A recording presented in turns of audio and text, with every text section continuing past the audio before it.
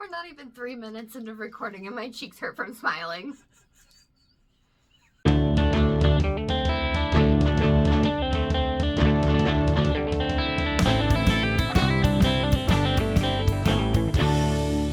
Hi everybody. Welcome back to Amber Unabridged. I'm Amber. This is my cousin Sarah. Hi. We're here, as you can probably tell from the title of the video, to talk about our reading goals for the year, and specifically the Read Your Books 2026 challenge. We first did this challenge last year. This year for 2025. That gets confusing. Depends on when I post this. And I think, were you like, because I wasn't gonna do it for 2025, I don't think, and then I had been talking about my 2024 goals with the 3 different sets of 12. This was so long ago. I don't remember. Basically, she made me do it. Oh yeah, it was I was having trouble. I was having trouble picking, and I was like, Amber, give me a list of books to read. And then I think that's how it started. Okay. Yeah.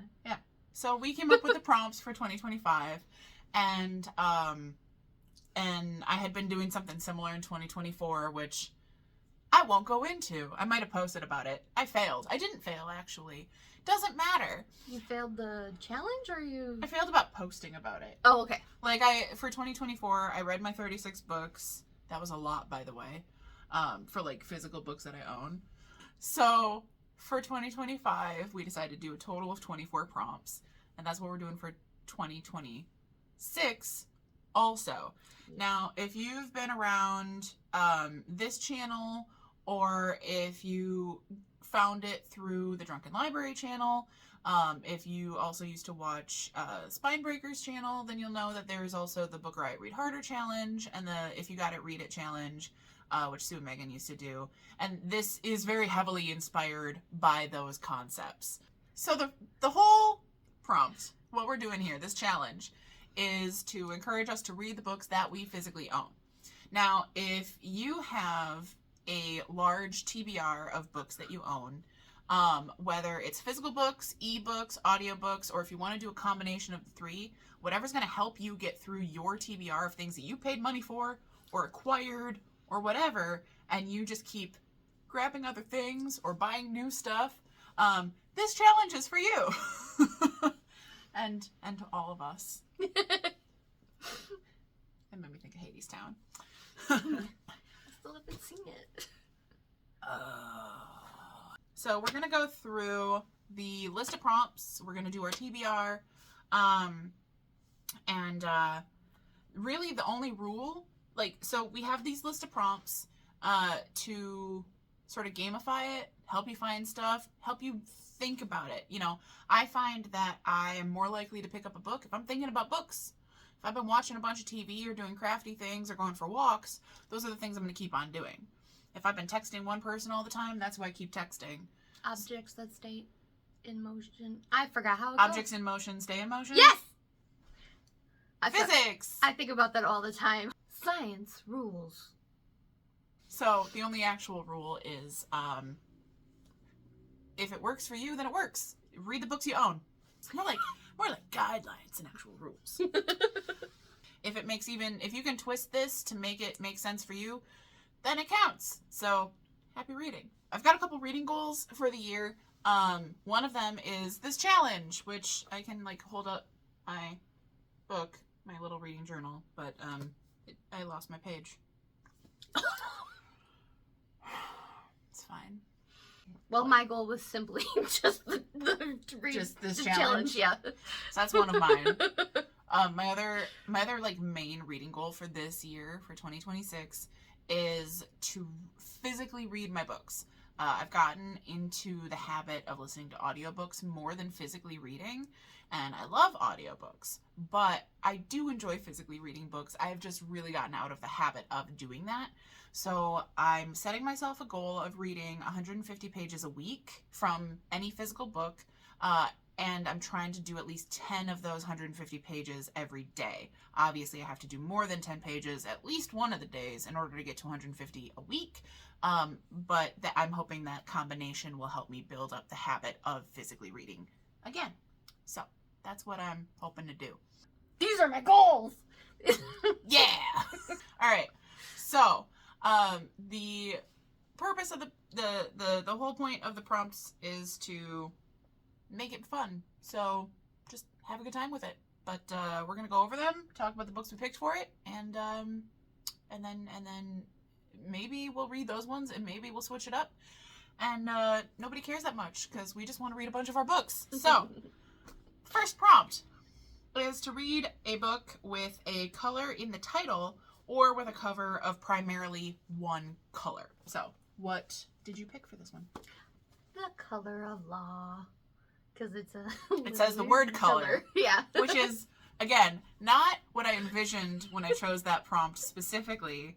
But it counts because it's the spirit of it, I guess. And it's a colorful cover a little bit with red and blue and yellow. But the primary colors. But also I said if for some reason, if it gets too heavy for like, I can't read this. It's too emotionally. I was literally going to read a book that is primarily a color for every color of the rainbow. So like a red book and then a yellow book. That's a lot of books. Book. Yes, but that's a lot of books. But that was wow. that was my goal. All right. For that one, for that prompt. What's yours? Okay. For mine, I'm going with Black Swan Green. 2 colors. By David Mitchell. Yeah. So I have a lot of David Mitchell books. I think I have almost all of his books. And I love him, but I haven't been picking up his books. And there's certain books that I feel like I start listening to the audiobook for and it doesn't work. There's certain books I have to physically read. And I feel like his books, I can listen to them as audio after I've physically read them. But for my initial read through, they have to be physical books. So, I'm picking this one. I haven't read it yet. I'm gonna. And, I was gonna say one of the books later in my pile is a book that I started to try to listen in audiobook, and I was like, Nope. Yeah. All right. Next prompt is a book with an ugly cover.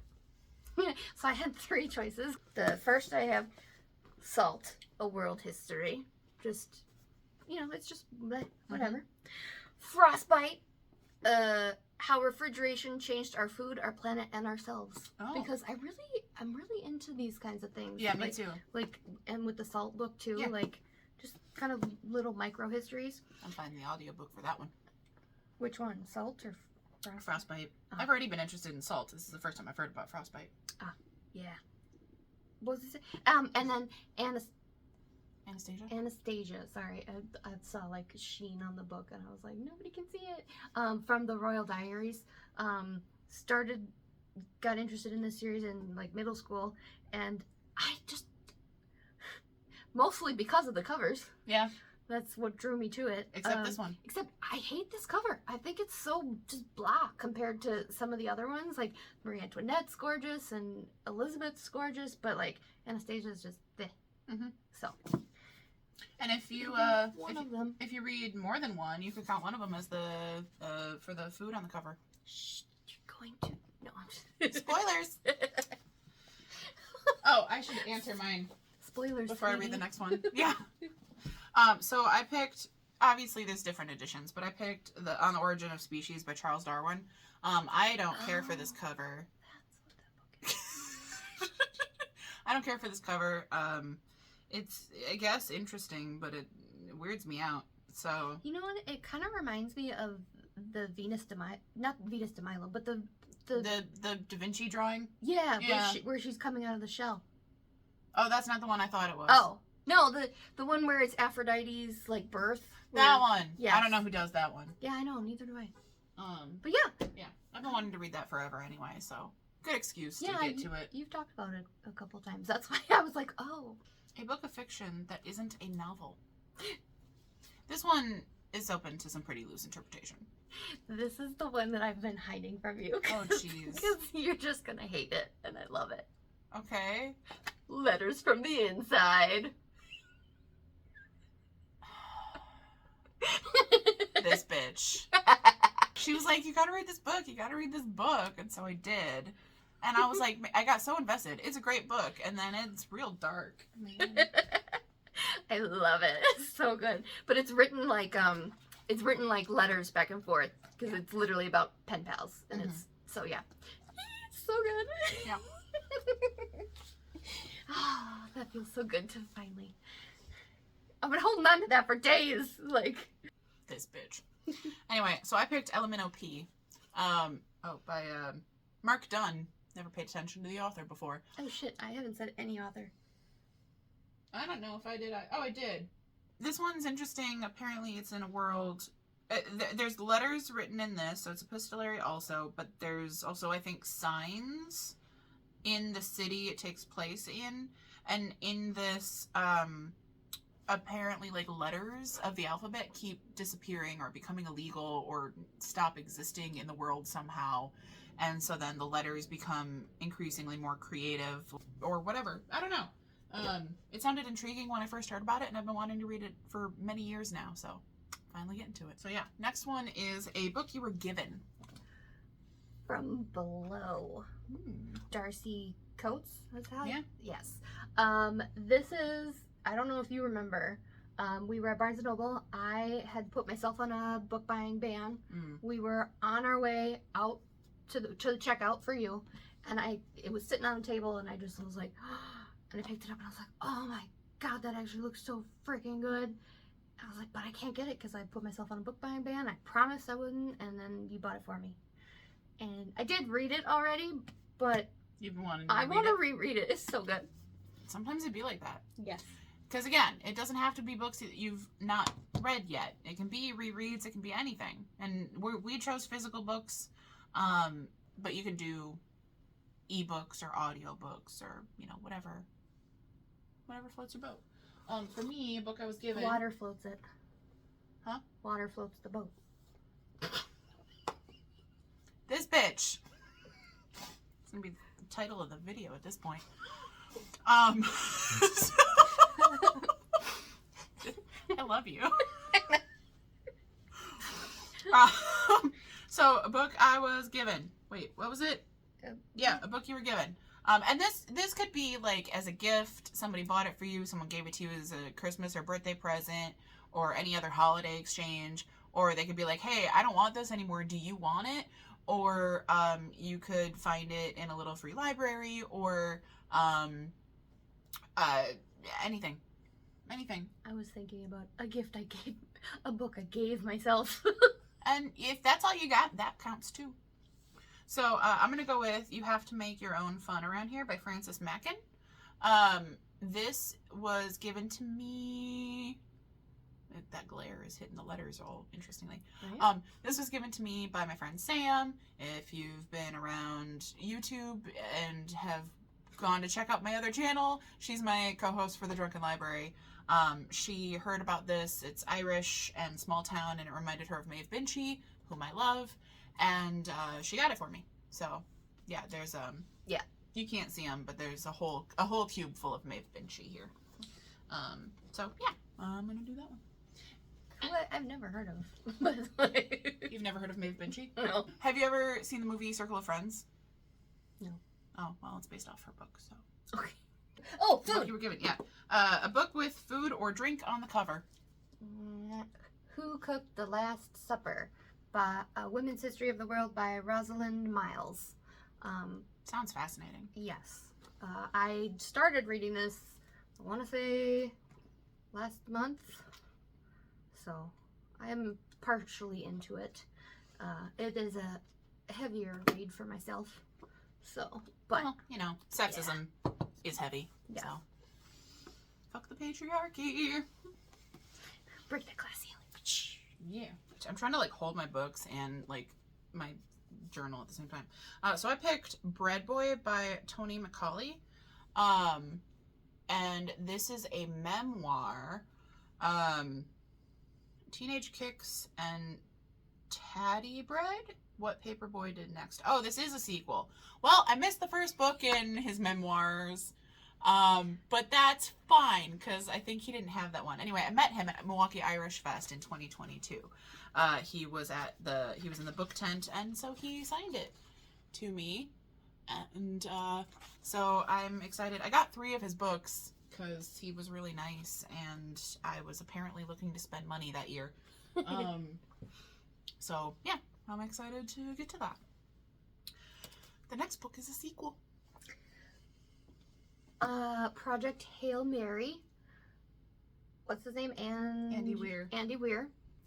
I chose this one because for the next, literally, I think it's the next prompt on the thing. For like the adaptation. Bunch of books. I thought it was the adaptation one. Nope. That's later. That's way later. Oh, well then I moved it. Oops. Anyway, I plan on reading this one. It's for one of the prompts too. It's The Martian. I've seen the movie, so I want to read the and then the sequel right away. It's not a sequel. What? I've been waiting to see how you were going to justify it.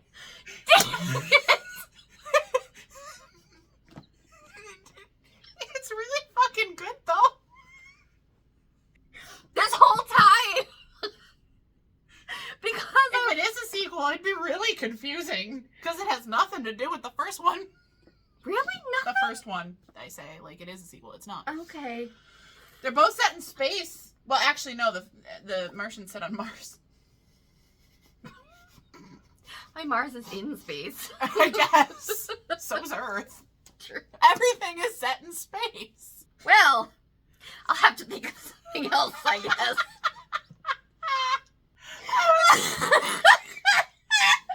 I was waiting because you're like, well, the next prompt is this thing, and I'm like, okay.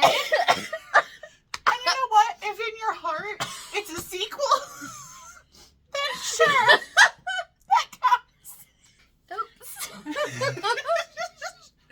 Okay. They're both really fucking good though, so like, you should read them both, even if one of them isn't a sequel. I'm so sad now.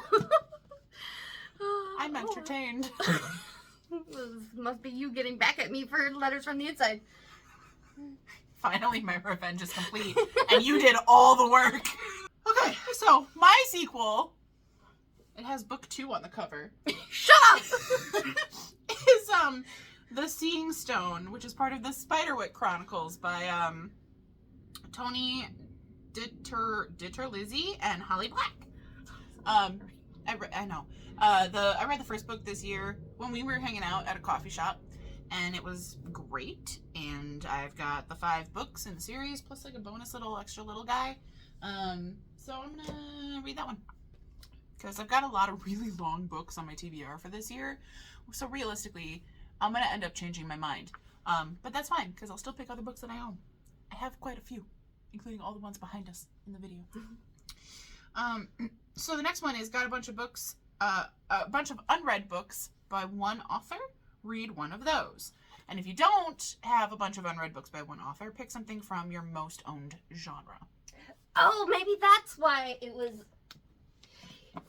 Because, like, sci-fi and space right now. I own a lot of sci-fi and spacey stuff right now. Whether it be, like, alien type stuff or just inhabiting a planet. That's what you picked The Martian That's for. probably why I picked The Martian. Oh. And that's why I was like, yay, I get doing what? Dang it. So I, as previously briefly mentioned, have a lot of Maeve Binchy books. Like, a lot of them.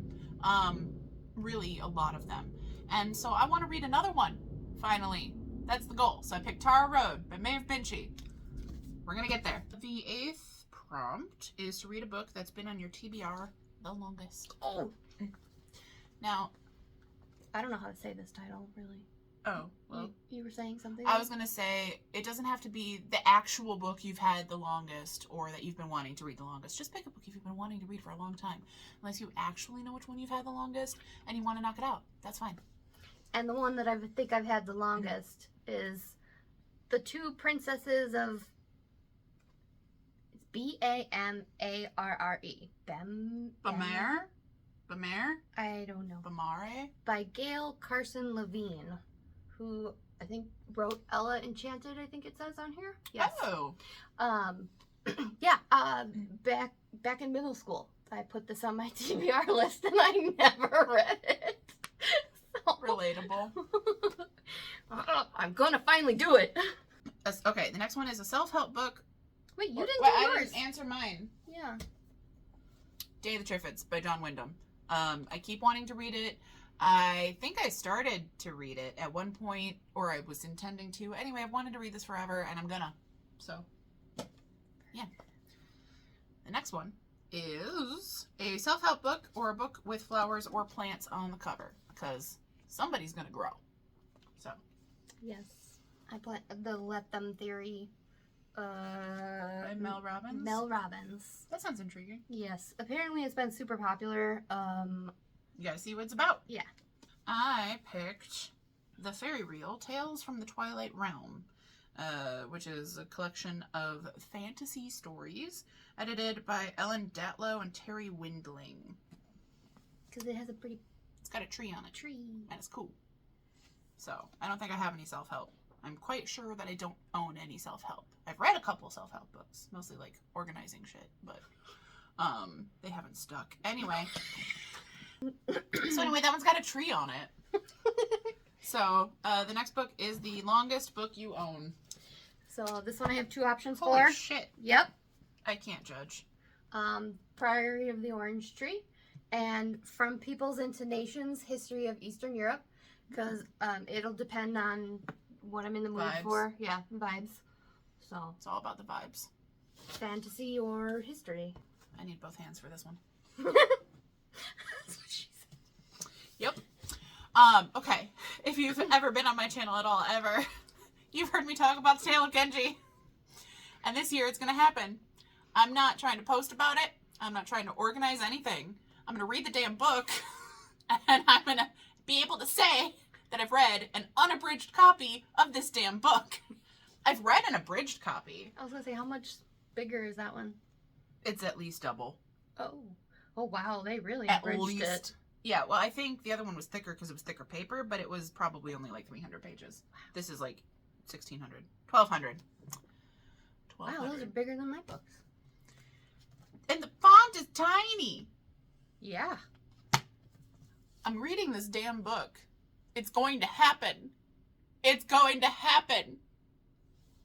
I was going to give her bunny ears. What's the next one? The shortest book you own. There were lots of choices because there's very, very many books of similar size. I chose Carmilla.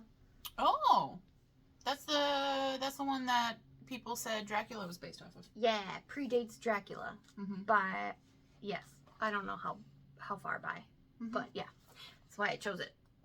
I'm gonna read Dracula at some point too. Oh, Dracula's super good. All right, so I picked Joseph Conrad, Youth and Narrative. This tiny little. It's so small. It's so little. It's I like love it. 52 pages. And it's 53. Like, look at the size of it. It's smaller than my hand. So, I've got a bunch of like, I love mini things. Mini things are super cute, so I've got a bunch of those. And Yep. all right, a book you never hear anyone talking about. Uncrowned. I hear people talk about that one all the time. What? Seriously? No. By Sirius. I did hear about it on TikTok. It was from the author's TikTok. And they were, it just, spoke to you? yes, a lot of princes and subterfuge and court intrigue and stuff. Mm-hmm. And it's part of a series. Oh. But yeah, Are you sure? yes. But I only bought the first one because I didn't know. I don't know if they had the rest of them published yet, or if I only bought the first one to make sure that I liked it and wanted to continue it. Which is why I don't own a lot of books by multiple authors or series. That's fair. Yeah. For me, I've never heard anybody, I don't even remember where I got this, talk about The History of Danish Dreams by Peter Hoag. I I'm sure I pronounced that incorrectly. I think I've mentioned wanting to read this on a TBR in the past because I want to read it, and I just never did. Is it like a history book or is it like a fiction? It's a novel. What is it about? I don't know. I want to read more stuff out of Scandinavia. Ever since I read We the Drowned, I've been like, I need to read more stuff out of Scandinavia. So I didn't read that. Anyway, next one. Oh, I should read it. Oldest published book you own. And I knew it was that one because of your book. I chose the Holy Bible. Because I've never actually read it Cover to cover. cover to cover. And yeah, I've always want to know what it says. Yeah, I want to know what it says. I've always wanted to read it. And this year I'm gonna frickin' read it. So Right on. I didn't take mine literally. I've probably got a lot of stuff published many, many years ago. Actually, probably the oldest thing I own is probably is Tale of Genji. probably Tale of Genji, because it's the first novel ever written. That's why I'm like, it's probably Tale of Genji. But I might have poems that are older. Anyway, I picked Twelfth Night by William Shakespeare. Because I felt like it. So yeah, anything that's old, that counts. This is upside down. The next one is your most recent purchase. The Wartime Book Club by Kate Thompson. Yes. It's wartime and they're a book club. Cool. I'm going to do a song for The Wild Built by Becky Chambers. I've been wanting to read this for a while. I bought this and its sequel earlier this year. And yeah, so I want to read it. So the next set of questions, we invited my friend Sam to join in on contributing prompts for the challenge for this year. So the next set are from her. Hi, Sam. So the next one is a book published the year you were born or a significant year in your life. The Face on the Milk Carton. They made a movie out of that I just heard about, and I wanted to watch it, but they don't have it at the library, so I probably won't get to. Yeah, I remember seeing a clip from the movie up at Uncle Chucky's house. Oh. And that's what led me to want to read this book. And this has been on my TBR for almost as long as the other one? Princesses one. And it just so happens to have been published in 1990. Hey. Shit, I just gave away my birth year. I was also born in 1990. Nobody cares. So I didn't do the year I was born because I didn't want to look through all my books until I found one. So I just picked a couple years that were significant, and I picked something. So I'm going with The Full Moon Coffee Shop by Mai Mochizuki. This was originally published in Japan in 2020, which is a significant year for everybody on the whole planet. And it was translated into English and published in English in 2024, which is the first year that I was able to go on my first international trip to Ireland. And Ireland is a place that I'm moderately obsessed with. So I felt like it was significant doubly time over. So that's the one that I picked. Moderately. Moderately. The next prompt is a book in your least owned genre. I have two options. I have The Spare and I Am Malala. Because, yeah, I own memoirs. And this is the one that I started in an audiobook and I was like, absolutely not. So, one of these two, it'll depend on my mood. Yeah, fair. I'm going with A Death in Door County by Annalise Ryan. I was intrigued because obviously I am from Wisconsin and Door County is a county in Wisconsin. It's the little peninsula on the right side of the... Oh, well, actually I can show you. It's this little bit here. That's Door County. And it's about like a cryptozoologist. So like Bigfoot and shit. Nessie, you know, cool. Wisconsin cryptids, sign me up. All right, the next one is a book with pictures. I went with Mega Tokyo. Woo! It's a nice little comic book. Fun. Yes, I love it. There's no way. It's a reread. There's no way I'm actually going to finish this one, but I'm going to try. And that's Harry Clark, The Life and Work by Nicola Gordon Bow. I love Harry Clark. He's an artist out of Ireland from the Cultural and Literary Revival, and I want to read about him and see all the cool shit he made. A lot of pretty pictures. Yeah, lots of pretty pictures. The next one, number 18, is a book you've seen the adaptation of but have not read.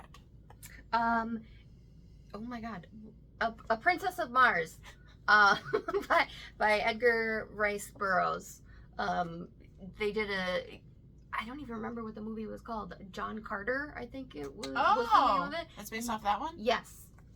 And it wasn't the greatest movie, but I really liked it, so. Sometimes you like terrible movies. Yeah. Also be careful with him. I read his Tarzan books, some of them, and he's racist as hell. Good to know. Yeah. From like 100, 200 years ago, but still, just heads up. I'm gonna go with Treasure Island by Robert Louis Stevenson. I've seen a Muppet Treasure Island, and I think I've seen another version. And I've technically read a good chunk of this book in middle school, but I don't remember anything at all. And I've been wanting to read it again ever since. So that's why I'm going with it. Number 19, a book that is a retelling of a story from mythology or that references it. A Song of Achilles. I'm sure you've heard of it. It's been very popular. Madeline Miller. Mine's the same author. Noise. Yeah. Cheers. Cheers. Excellent. I love it. I love this for us. All right, a book that takes place in your hometown or in a town that you wish was your hometown. So this one is difficult. D&D, Ravenloft, Heir of Strahd. No, I don't actually want to live in Vlacki or Ravenloft but the D&D world would be awesome because I didn't have anything for Wisconsin. And it was really I've got so much for Wisconsin. So. And at least 4 books for Milwaukee specifically. So yeah, if people know the story of Strahd, they are going to be like, what? Why would you want that? Again, it's more just the general D&D world for that one. That's solid. You own the book and you're going to find an excuse to read it. Yes. I've got a couple options here. It'll depend on the mood. Or I might grab one of the other ones. Who knows?